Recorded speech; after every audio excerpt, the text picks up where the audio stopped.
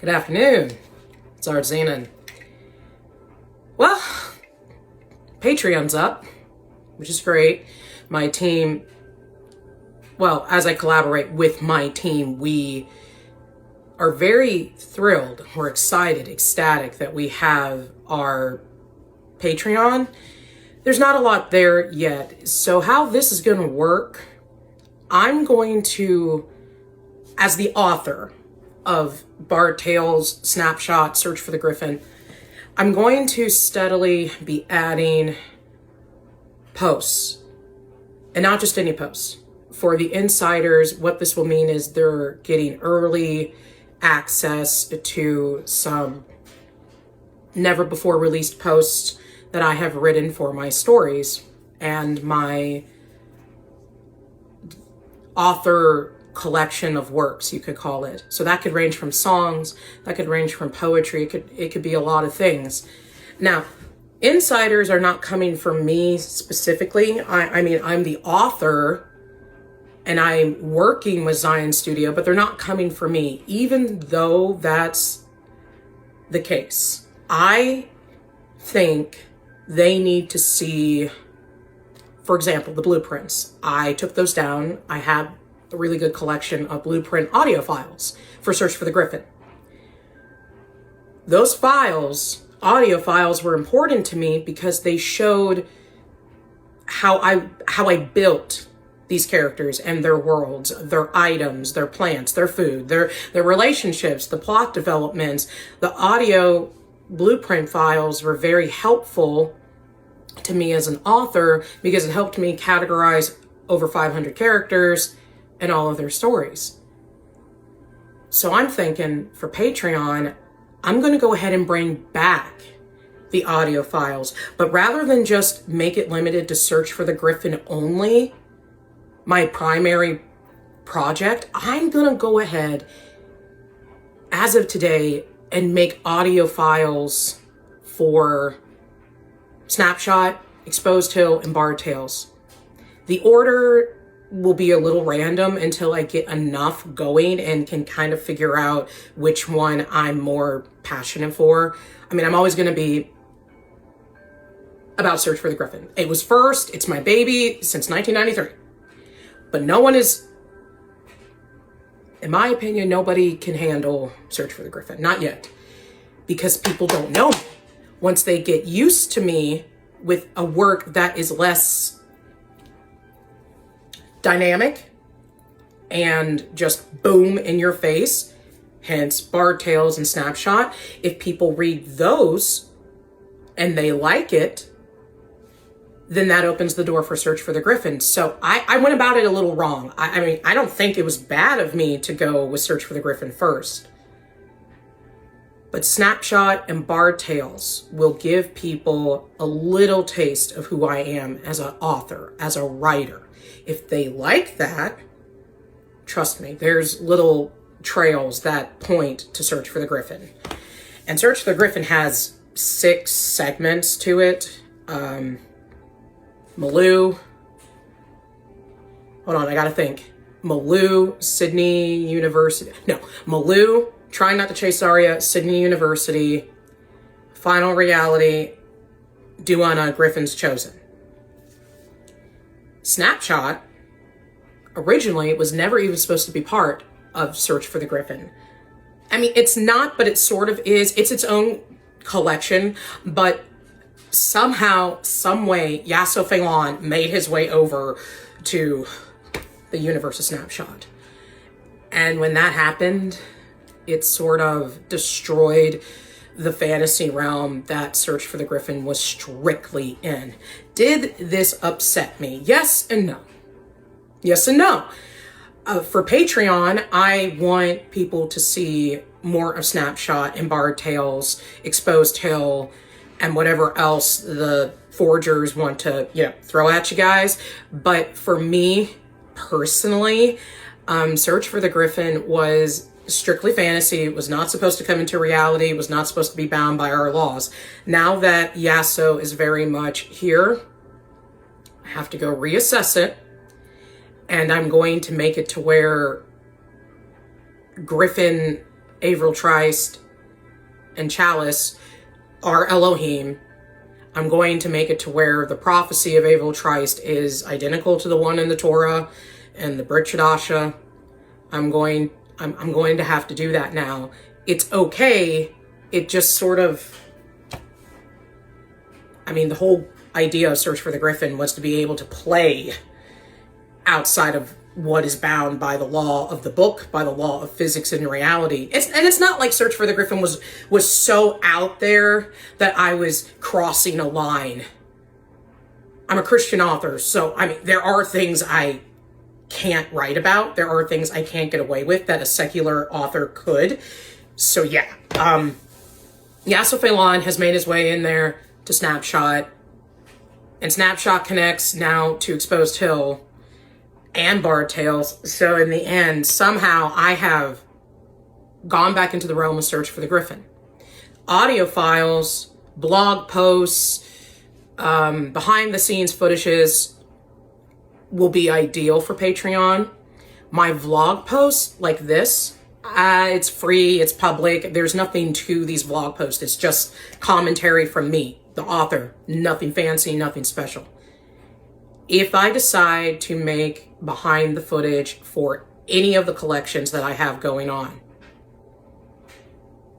those will be probably video versus audio. At least that's the idea. Or I could switch it up. I might do a little bit of both. I mean, the Patreon's new. We just dropped it. Well, back up. It's been here.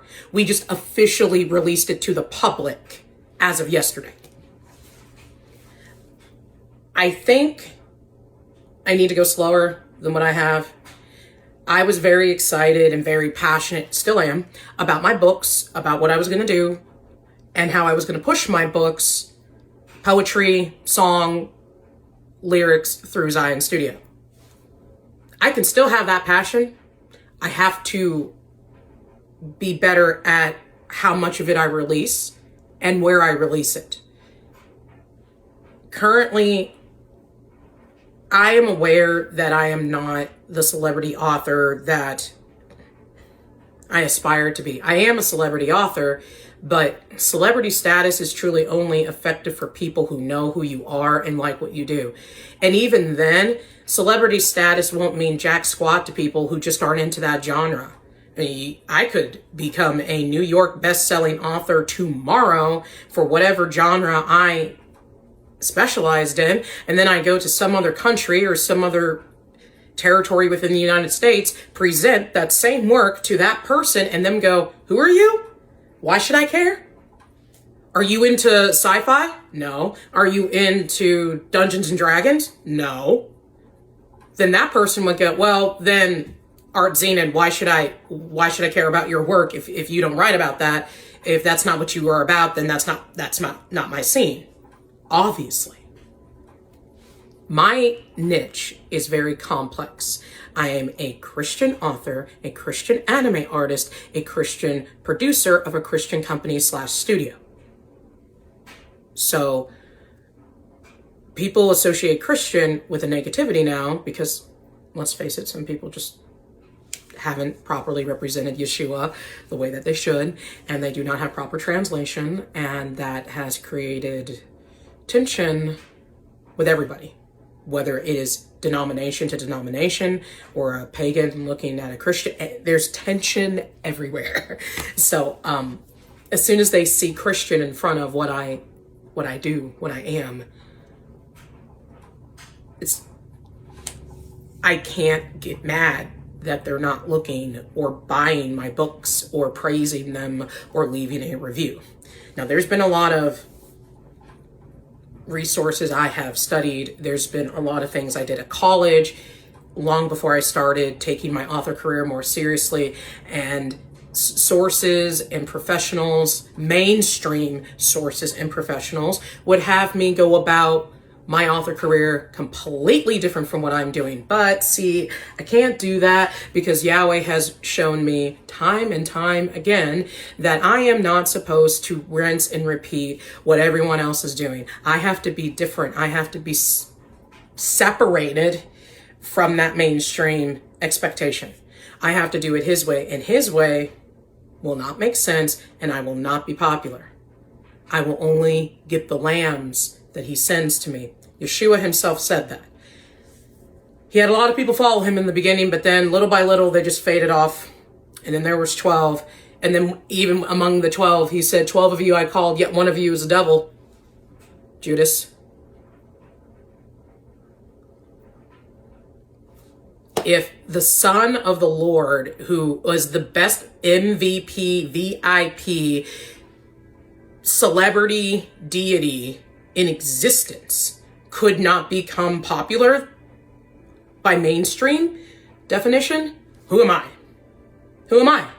I'm not about the popularity, you know, I'm not about trying to make this huge big name for myself that I can't take with me when I die. Once I'm dead, I'm dead.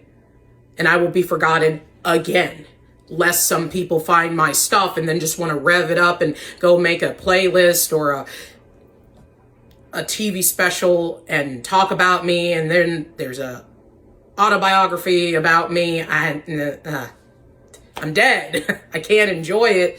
I don't get to watch it. I can't participate with anybody at that point because I'm dead. So I don't want to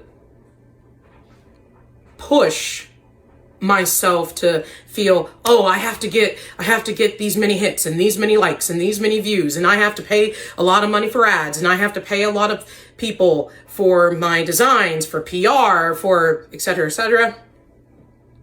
You know, Yahweh told me something. We were driving one day to Hazard, and he told me, slow down. People who go fast will never be able to appreciate what is going on and find success. People who go slow will appreciate and will see the success. But if you go fast, so fast that it's like, whoa, and it's over, your success is temporary. Your success has to be kindled like by a fire. You need more to feel like you're important. He goes, many people have this mentality. Not everybody, he said, but a lot of people. Go slow. Enjoy this. If you go too fast, Chosen, my Hebrew name, and you do what everyone else does, first off, you are not doing something someone hasn't already seen before, so they're not going to be as impressed. They're already turned off because you're just doing what everyone else has done. Second, if you go fast, you're claiming you want to enjoy your author career. You're claiming you want to have fun with it. But if your pace is like that, instant, have to spend money, have to do this, have to do that, then you'll never grow as a person. You'll never grow as a celebrity. You'll never grow as an author. I said, but it takes money to make money. He goes, I am the money, and I got you. I will help you. Money is not the success. Money can get you things. Money can purchase things. But if you're not doing this for the money, which you've made abundantly clear to me, and you're not doing this to make money, you would rather everything be free, why so fast? Why do you need to get all these hits and these views and these likes for people who don't even know you or know your heart as I do? So if you get 55,000 likes, that's somehow going to validate you as an author? That's somehow going to make you happy? I said, absolutely not. He goes, then don't see a number. Don't see a like. Just do this and enjoy it and have fun. So I am. Patreon is a huge step for me. I'm going to take it seriously, but I'm going to go slow. And I'm going to pick and choose which collections I want to pull from and put on Patreon and my website while I'm at it. It's a transition that requires me to be still. It's a transition that requires me to be patient and to just not care. It's possible. I just have to stop getting distracted by all of the numbers and appreciate that I have come so far after all these years. It doesn't matter if I have a base. It matters that I didn't lose myself and I remain true to who I was. Much love. Bye.